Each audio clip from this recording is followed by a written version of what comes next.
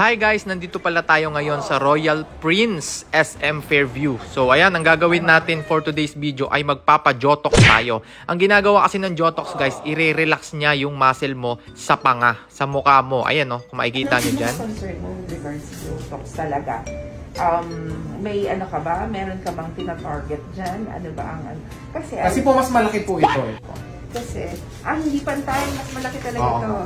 Kasi, you want a squarish jaw. Kasi when you're, pag meals, gusto mo yung square. Square talaga, may, ano. Pero kasi ako, doktora, masyadong malaki. Okay, sabi ko nga din. Kagat ko nga.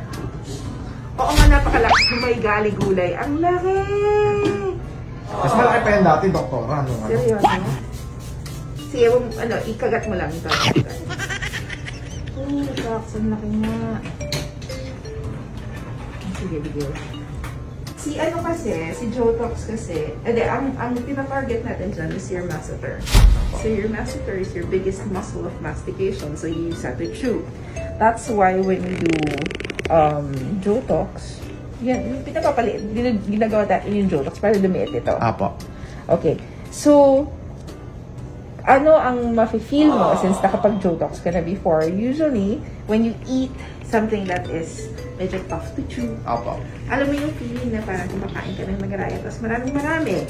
Yun nga po eh. Ganon ang magiging feeling niya. Ngayon, pag nag-Jotox tayo, tapos ganon ang ginawa mo, babalik agad yan. Apo. Ito matagal na po 1 year.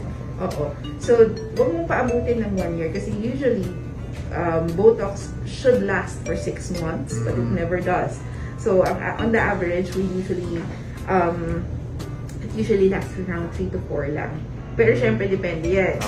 If you do any facial treatments that involves heat, it is not advisable because it will kill the toxin faster.